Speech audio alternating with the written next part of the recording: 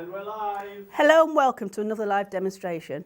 Today I want to use and talk about the Atelier interactive acrylics. Now acrylics, great medium, a lot of fun to use. You can use them in many ways, mixed media, or it's a nice starting point to paint because you can correct things very easily by just going over mistakes underneath. Now the interactive acrylics work the same way as an acrylic, except they have one special feature, which is they are reactable. So with a normal acrylic, once dry, they're waterproof. So this is one I did earlier, and you can see it should be pretty waterproof. I think it's the papers making it move, but I shouldn't be able to react an acrylic. Now this is the interactive, which I put on at the same time, and you can see that I can react, I can reblend. Now because I did this yesterday, I can use water to reactivate and to remove and to rework into the interactive acrylic. If it's, because it's not quite had time to cure, if it, say it's a week or a month later or even a year later and you want to rework it, what you need to do is use the unlocking formula. So this is a specially designed medium which will unlock the cured acrylic. So what advantages are there with having an acrylic that's rewettable? Well, acrylics dry really quickly, and under those conditions it means they can get sticky while you're working. With the interactive, you can keep using a spray or the unlocking formula and keep working very much like an oil paint, so you can get a lot of blends and a lot of softness, which you can't always get with an acrylic because it dries quite quickly. So what I'm going to do is I'm going to do a quick demo of the Seagull on water, and I've chosen this because you've got water, and then I can show you how you can blend and re-wet. There are lots of different tools for the interactive acrylic. I'm using it's a keep wet palette, so underneath there's some paper, blotting can of paper that is soaked, which means that palette is kept wet. It means I've got the acrylics wetter for longer. And when I finish, I can just put a lid on and they will stay wetter for maybe another week or so. So I'm just going to show you and talk about some of the benefits of the interactive acrylics. Now, the interactive acrylics can be used just the same way as any acrylic, painted on, manipulated, moved, just the same way. So I'm just mixing some colours. I'm not going to be overly burdened by the picture. I'm just going to feel my way through and work on the colours that will just happen. And that's how I do a lot of paintings. I use the picture as reference, but in the end, it doesn't always finish the same way as you intended, which I think is the beauty of painting. So I'm not overly concerned about what colours I'm splashing on here and there. So interactive acrylics, you can see here, they're nice, got nice covering power. They're going on really easy onto the canvas and work very much the same as normal acrylics. So when you're using a normal acrylic, you will do exactly the same principle, just apply it, but I'm going to be working upwards. I should really work downwards because I'll end up leaning on it, but I tend to forget these things. It's just the way I work. So what will happen is if I want to rework in here, by the time I've got to here, it's probably quite dry or quite sticky, especially under the studio lights. But I can easily reactivate and reblend using water, which you wouldn't be able to do with a normal acrylic. So I know up here I want this quite light. Again, not overly concerned about where the colour's going, because I can always rework, which is the great thing about acrylics in general. So I'm just going over you'll see that I've made the gull quite bold because I'm hoping to see some of the colour underneath, but it's disappearing a little bit. Great thing about acrylics is that you can cover, and what I can do is I can bring the ghoul back at a later date. So bit of, I think it's a dioxazine purple, and a bit of a, looks like a phthalo green, French ultramarine, and plenty of white. As with any acrylic painting, white is a key colour. I do try and keep my colours limited, but with any acrylic painting I do feel you need a white just to help you with the tones. Right, that's fine back there. Maybe a little bit dark, but I can work on that in a minute. I find if I've covered the whole of the canvas quickly, it just then I can see where I need to work and where I don't need to work, instead of working on one little area at a time. So a bit of purple. And what I'm doing is, you'll see, I'm also changing the direction of my brush because the waves are going like this. I took this picture when I was on the Isle of Wight, and what was funny was the sea was quite choppy, so the ghoul kept going below the waves. So it was kind of, he's up again, I need to take a picture. So this was the picture I got after he reappeared over a wave. So that was the fun part.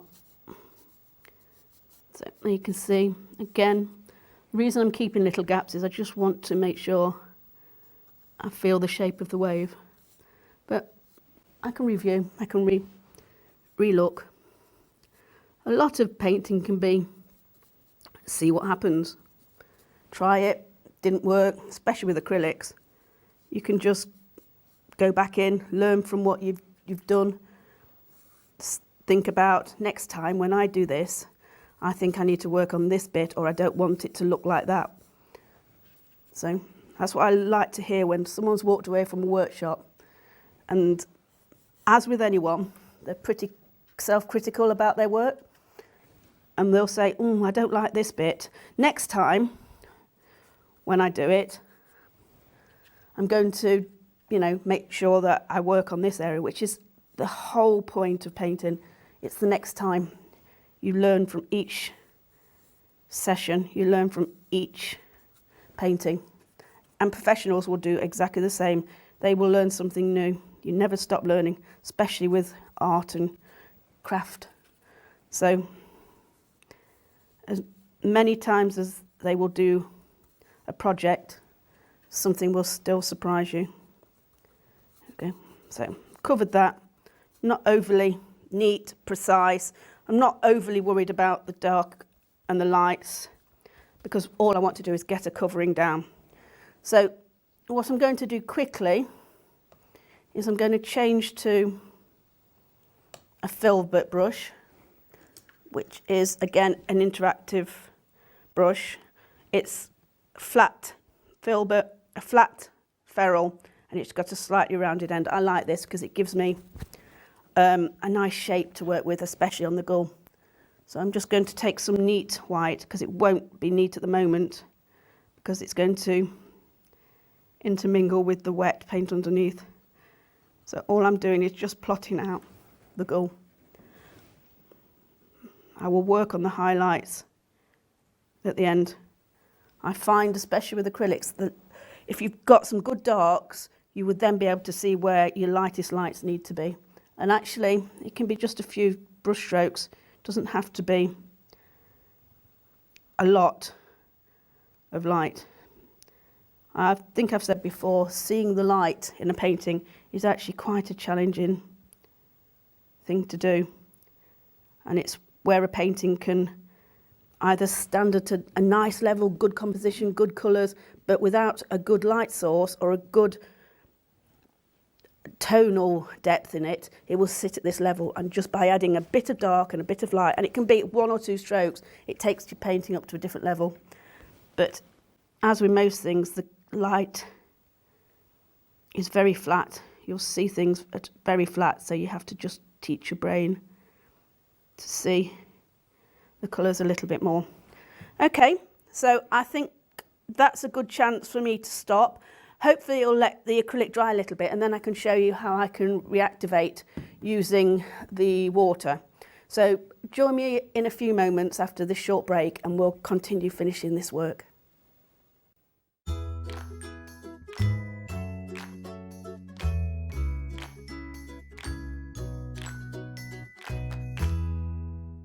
Let us bring out the artist in you. If you'd like to learn how to paint or improve your painting, the SAA, Society for All Artists, is here to inform, encourage and inspire you every step of the way. When you become an SAA member, you get so many benefits, including the free bi-monthly newsletter Paint, packed with inspiring step-by-step projects, fascinating articles, and detailed information to get your creative juices flowing. Discounts on over 13,000 art products featured on the SAA website and in the Home Shop catalogue, with free order line and free delivery in the UK mainland. A devoted SAA team on hand to answer your questions and give you the confidence and motivation you need to start painting and develop at a pace that suits you. Plus, a free welcome pack filled with gifts and practical help to get you started, as well as the opportunity to make friends with like-minded people. Best thing about being a member is the inspiration from the magazines, to be able to purchase things at a very reasonable price. Yeah, you get the reduction on all the materials, the advice you get. I can shop from home. It's a community. It seemed like a very friendly sort of organisation. If somebody's thinking of joining, don't spend too long thinking. Just join. They'll love it.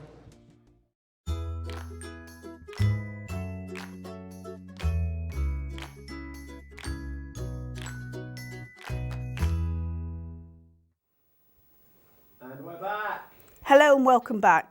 So hopefully this has had a little chance to dry, and normally with an acrylic you don't want it to dry because you want to keep working on it unless you're layering, but with this I'm not worried about it. I know I can reactivate, I can reblend. So what I'm going to do is I'm going to work, hopefully remember to work downwards, and just start to add some more depth and more tones. What I'm really conscious of is that I don't want to overwork. I want to keep it nice and loose and not really overly worry about it. I think a lot of painting, for me, it's the brush strokes, it's just the feel. You can tell there's a gull on the water. I like painting to feel like a painting. But there's lots of different styles, and you will find your own way in these styles. So what I'm doing now is I'm just thinking about, I'm just going to mix all three of my dark colours. So that's the ultramarine, some of the violet and some of the green. I want to make a darker colour. So what I'm going to do now is add a little bit of the red, which should make it a much darker, bit more grey colour. And then I can just add some of the shapes. I'm just going to wiggle them on, using this fill bit, which gives me a little bit more. So you can see there, the brush is dragging a little bit. What I can do is either wet my brush, which gives me a good control of how wet my brush is, rather than dipping it into the water, or I can just wet the work and just go back in. Just needed to work on that drop because it will stay, that drop will stay. So now that's much easier, much smoother to move. Okay. Again, I'm just working on these three colours. I'm not even overly worried about where they're going. I know the wave comes over like this. As I said, I was trying to capture him or her going over the wave. What I feel here is I have isolated the back and the front of the picture where I don't really need to, so I just want to bring some of this colour into this area here. I just want to wet it a little bit so I can move it and blend it. It's difficult to do it with a brush in your hand. So you can see there now how I can smooth and blend a little bit more and soften. I felt the strokes were going in the wrong direction. Take some of that colour I've got up there and bring it into here. Okay, I'm just going to go into the big brush mode. I'll just keep fiddling So now, definitely a lot darker here, and the waves are coming through. And you can see, actually using the bigger brush, how effective it is. Okay, now I want to darken here, soften. Right, I'm going to work on the goal because that will help me see where my darkest darks and lightest lights are, because on the goal you'll see the tail area and the eye are actually the darkest points. So once I know those darkest points, I can then work on just looking at where my other tones are in the picture. So just trying to make a dark, and I'm just going to, I think this is too small a brush for this, too big a brush, sorry. Put the tail feathers on. Okay. So for the detail, the Atelier brushes have got a long handle, which is absolutely fine for working close up, but sometimes you just need a shorter handled brush just for a little bit more finesse and fineness. So I'm trying to make the darkest colour I can because his eye is quite dark. It's obviously the darkest point. And I'm not worrying about, like with a watercolour, you would often need to leave out the white highlight. I can put that back in again. With an acrylic, you can go over that. There you go. And he has black mark down his head, so I'm just indicating where it is, and his shadow under his beak. Again, it looks a bit rough and ready, but a couple more strokes and it will come together. So, orange, brush is a bit wet.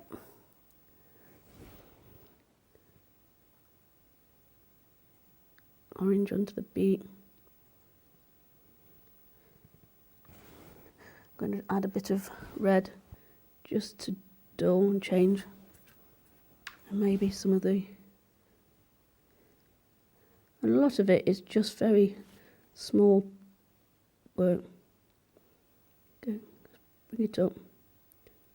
Not being over worried about detail. So now into the nice filbert brush. I want to clean it off, so I'm going to use the water to clean. Because then I'm not putting it back into that blue, which will contaminate, because I want to use the white. So if I can clean this off as best I can, I'm going to get a better white. So I want to now bring out some of the white colour on the bird, because this is hitting the top of his head here, and actually his whole face is quite white. What I can do is leave some of the tones underneath at the chest here, just to make it look like his head is attached to his body. You'll see some of the marks I'm making. Nice quality of this. Okay, so now I'm just going to bring out some of the greys. So maybe that grey colour I made, I'll add some white to it. Bring that in. Again, you can see I'm stippling it in, not overly worried. I'm just trying to find, so under here, it's a little bit darker. What's happening is it's picking up some of the white, so I need to just go a little stronger and diluting it a little bit. Take some red to grey it down a little bit, that's nice. Under there, back on the wing. Let's attach the wing to the body. And I think if you work on different sections, sometimes you forget to attach areas. His eyes a bit, it's going to the small. I want to sometimes, I mean, I'm not a fan of great detail, but sometimes if the eye is not looking right, it just makes the whole area feel a bit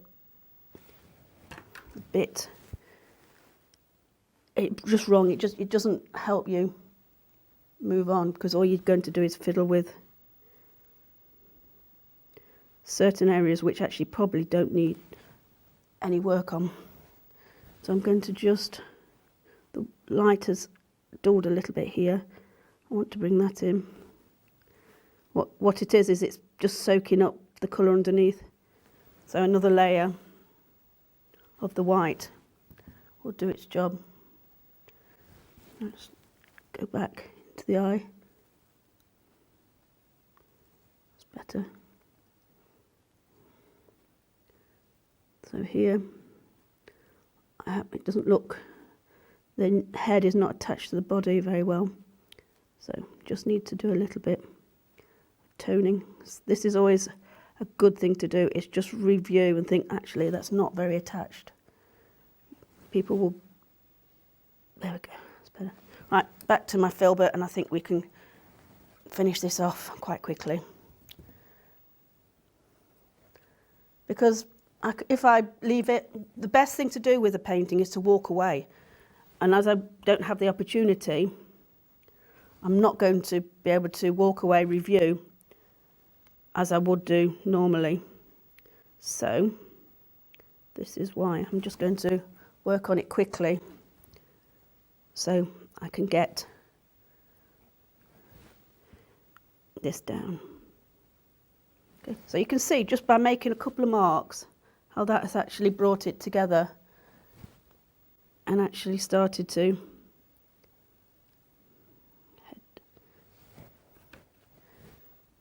what I'm doing is constantly looking at the picture just to give myself some indicators of maybe where I need to just go onto the back here. Right, very white here. Again, I'm making sure that the brush strokes are quite obvious. I like that style. Tip of his tail here. You can see now, just by adding those last few stripes of colour, how it just feels like it's caught the light. Maybe a touch on his beak, but I don't want to overwork. I feel that's come together quite well. So now I just want to finish off with my filbert brush. Some of these, what I want to do is have a contrast of the bird and the loose feather-like quality, and a little bit softer on the sea, the softness of the sea. So I'm just going to re-wet. Just give me some opportunity to be able to blend a little bit more and soften, so you can see now how that is being able to soften and smooth the sea. Again, I'm going to wet my brush, which one? I'm not adding colour at the moment, I'm just using the colour that's on the page and moving it and manipulating it a little bit more. So I think now what I can do, just add those last few highlights, so the reflection of the whiteness of the bird in the water, and maybe a hint of light as the wave rolls over.